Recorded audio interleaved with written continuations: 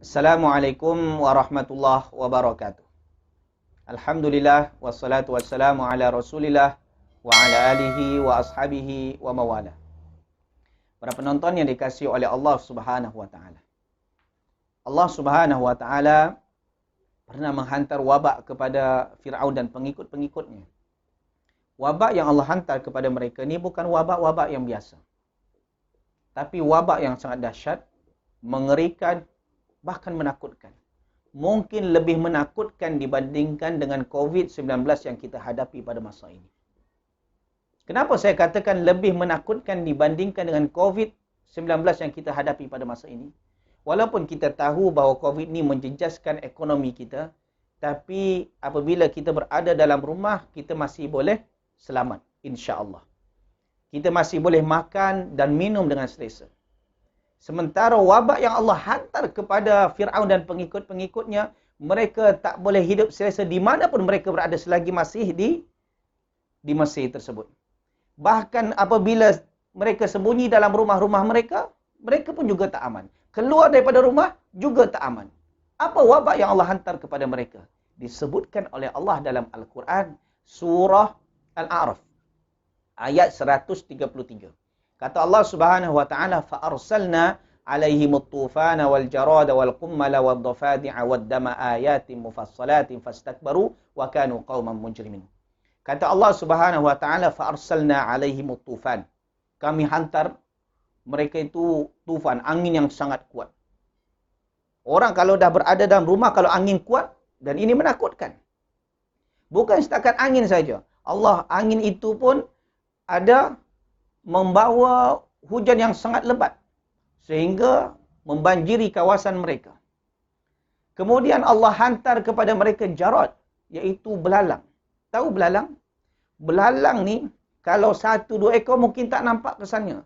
Bayangkan kalau belalang jumlahnya banyak, berjuta-juta, bahkan berbilion-bilion datang ke suatu tempat, maka tiada tanaman di tempat tersebut melainkan habis mereka makan. Ini belalang. Adakah sampai di belalang? Bukan. Allah masih lagi hantar kumal. Apa itu kumal? Iaitu kutu.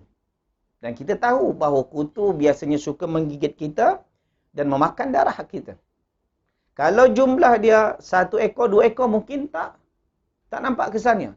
Bayangkan kalau jumlahnya berjuta-juta, berbilion-bilion masuk ke dalam baju kita, masuk ke dalam seluar kita, digigitnya kulit kita. Maka akan jadi bengkak. Dan ini akan menimbulkan pelbagai penyakit. Sampai di situ, ternyata bukan. Wadhafadi'. Allah juga hantar dhafadi', iaitu katak. Katak yang besar, masuk ke dalam rumah-rumah mereka, dan masuk juga ke dalam istana Fir'aun. Bahkan juga masuk ke dalam bilik Fir'aun.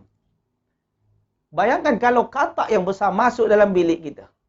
Kemana kita lari? Pergi keluar ada katak, dalam rumah ada katak, dalam bilik pun ada katak. Maknanya kita tak selamat di mana pun berada. Bukan setakat itu saja. Waddam, dan ini yang lebih mengerikan. Di mana semua perigi-perigi di kawasan tersebut, termasuk juga Sungai Nil, airnya berubah menjadi merah seperti darah. Sehingga disebutkan dalam Al-Quran, waddam, iaitu air darah.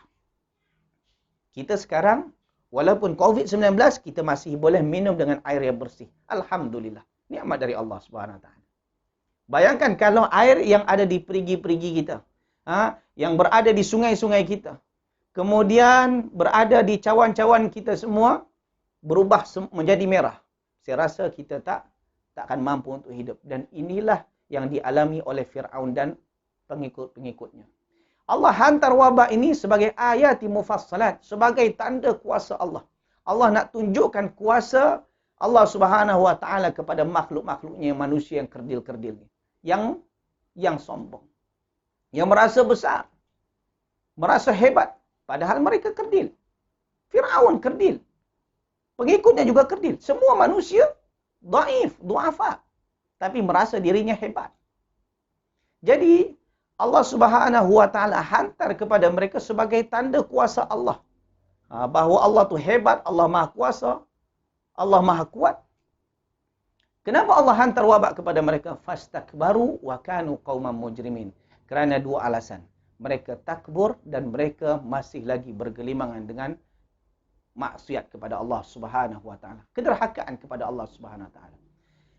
Kesombongan Firaun tak diragui lagi, tak dinafikan lagi, di mana Firaun sampai-sampai berani mengatakan ana rabbukumul a'la. Saya ini Tuhanmu yang tinggi. Itu kata Firaun disebutkan oleh Allah dalam surah An-Nazi'at. Firaun mengaku dirinya sebagai Tuhan. Para penonton yang dikasihi oleh Allah, tahu tak kenapa Firaun berani mengaku dirinya sebagai Tuhan? Pertama, dia punya jawatan yang tinggi sebagai seorang raja. Yang kedua, para pengikutnya tunduk patuh kepada rajanya, kepada pemimpinnya. Bahkan sampai-sampai pengikutnya tak ada satu pun yang berani membantah satu perkataan Firaun. Semua apa yang diucapkan Firaun adalah betul, maksum dalam pandangan pengikut-pengikutnya. Selalu diagung-agungkan. Jadi kita ni, kalau selalu diagung-agungkan, lama-lama kita jadi Firaun. Tapi kalau hari ini kita ada yang membuli kita, yang hari ini ada orang yang menghina kita, yang ada mencela kita, memberikan kesedaran kepada kita bahawa kita ni bukan siapa-siapa. Bayangkan kalau orang selalu puji kita, lama-lama kita jadi Firaun juga. Yang ni, Firaun tak boleh disentuh. Apa yang dia buat selalu betul. Kalau disentuh, dipenjarakan. Disentuh, penjarakan. Disindir sedikit, ditangkap, dipenjarakan, bahkan dibunuh. Dan ini yang dibuat oleh Firaun. Sombong. Jadi hati-hati, kita apabila menjadi pemimpin, jangan berasa diri kita maksum. Jangan sampai tak boleh ditegur. Kita ni bukan maksum. Kalau kita tak boleh ditegur, lama-kelamaan, kita boleh menjadi Firaun atau pengikut-pengikut Firaun. Jadi Firaun ni sombong, wa kanu qauman mujrimin, dan bergelimang dengan maksiat, derhaka kepada Allah, tak percaya dengan Allah. Lepas tu dia menentang Musa alaihi salam, dakwah Musa alaihi salam. Para penonton yang dikasihi oleh Allah Subhanahu wa taala. Ketika mereka sudah tak mampu lagi, Firaun tak mampu lagi, akhirnya mereka turunkan ego. Mereka turunkan ego dan memohon kepada Musa. Ya Musa du'u lana rabbaka bima ahida indak. La in kashafta 'anna ar-rijza lanu'minanna lak wa lanursilanna ma'aka bani Israil. Hai Musa, engkau cubalah berdoa kepada Rabb engkau. Kau kan nabi kan? Cubalah berdoa kepada Rabb engkau supaya menghilangkan wabak daripada tempat kami ni. Kami dah tak mampu lagi. Dia turunkan ego. Tadi dia sombong sangat. Sekarang dia turunkan egonya. Kalau seandainya wabak ini hilang, lanu'minanna lak, kami akan beriman kepada engkau hai Musa, dan kami akan bebaskan Bani Israel dan biarkan dia ikut bersama engkau. Maka ketika Nabi Musa AS berdoa kepada Allah, ya Allah hilangkanlah wabak ini, moga-moga mereka beriman kepadaku, beriman kepada engkau ya Allah dan beriman kepadaku, maka Allah, dengan izin Allah Subhanahu Wa Taala wabak tu hilang. Selepas wabak tu hilang, adakah mereka taat? Adakah mereka beriman sedap? Jawabannya tak. Mereka kembali lagi dengan maksiat kepada Allah. Sampai-sampai Firaun mati tak sempat bertaubat dan ditenggelamkan mati di Laut Merah. Para penonton yang dikasihi oleh Allah Subhanahu wa taala. Di sini kita dapat pengajaran. Bahawa tiada wabak yang Allah turunkan di suatu tempat melainkan disebabkan maksiat. Disebabkan kesombongan. Dan wabak takkan hilang daripada diri kita, daripada negeri kita, daripada kawasan kita, daripada negara kita, melainkan dengan taubat kepada Allah Subhanahu wa taala. Allah Subhanahu wa taala katakan, walau anna ahlal qura amanu wattaqau la fatahna alaihim barakatin minas sama'i wal ard walakin kadzabu fa akhadnahum bima kanu yaksibun. Jika satu kampung, satu negeri, satu negara beriman kepada Allah Subhanahu wa taala dan bertakwa, takut kepada Allah, menjalankan perintah Allah, meninggalkan larangan Allah Subhanahu wa taala dan Rasulnya, la fatahna alaihim barakatin minas sama'i wal ard. Kami bukakan pintu keberkatan daripada langit dan bumi. Tetapi walakin kadzabu fa akhadnahum bima kanu yaksibun. Tapi mereka mendustakan, maka kami binasakan disebabkan apa yang mereka buat. Jadi pada masa ini kita berhadapan dengan COVID-19. Bukan hanya kita, tapi seluruh umat manusia di seluruh penjuru dunia berhadapan dengan pandemik COVID-19. Jadi apa ubatnya? Apa solusi daripada daripada COVID-19. Adakah kita rasa bahawa kita ni hebat? Ada pengubatan kita, medikal kita hebat? Tak. Maka kunci yang pertama adalah taubat kepada Allah. Bertaubat kepada Allah. Siapa yang bertaubat? Adakah ahli surga, ahli mesti saya bertaubat? Tak. Bertaubat semuanya. Mula daripada kalangan Perdana Menteri, dari Raja, Presiden, kemudian Menteri-Menteri, kemudian artis-artis, kemudian rakyat. Sama-sama beriman kepada Allah. Sama-sama takut kepada Allah. Meninggalkan maksiat. InsyaAllah apabila kita sama-sama bertakwa, sama-sama beriman kepada Allah, maka Allah turunkan berkat.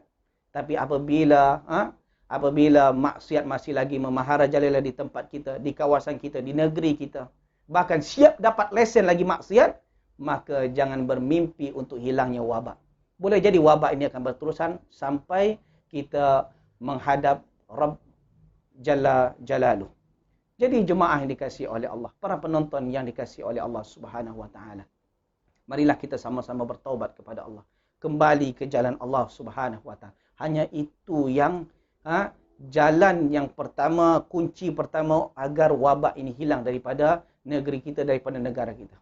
Selepas itu barulah kita berikhtiar, berdoa kepada Allah, berikhtiar dengan perubatan-perubatan, dengan ubat-ubat, insya-Allah baru dia hilang.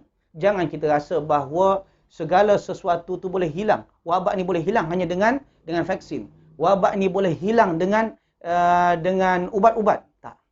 Wabak ni pertama hanya hilang dengan taubat kepada Allah, kemudian ikhtiar kita dengan berubat. Para penonton yang dikasihi oleh Allah Subhanahu wa taala. Semoga kuliah yang singkat ini memberikan manfaat dan sama-sama memberikan peringatan kepada kita bahawa Allah Subhanahu wa taala menghantarkan COVID-19 ke bumi ini melainkan ada dua sebab. Boleh jadi Allah nak binasakan, menghancurkan orang-orang yang sombong dan derhaka di atas muka bumi ini, dan boleh jadi dia peringatan bagi orang-orang yang mula lalai daripada mengingat Allah Subhanahu wa taala. Dan kita mohon kepada Allah, moga-moga COVID-19 ini, wabak ini boleh hilang daripada negeri kita, daripada negara kita, dan kita boleh hidup sebagaimana normal, seperti biasa. Dan selepas apabila COVID ni hilang, kita kembalilah sama-sama mengimarahkan masjid, sama-sama taat kepada Allah. Jangan segelintir kecil, sebahagian kecil taat pada Allah, tapi sebahagian besar bermaksiat kepada Allah Subhanahu wa taala. Dan ini akan menyebabkan Allah murka kepada kita. Boleh jadi Allah hantarkan balak yang lain. Na'udzubillah min dzalik. Itu saja yang boleh saya kongsikan. Wabillahi taufiq wal hidayah. Assalamualaikum warahmatullahi wabarakatuh.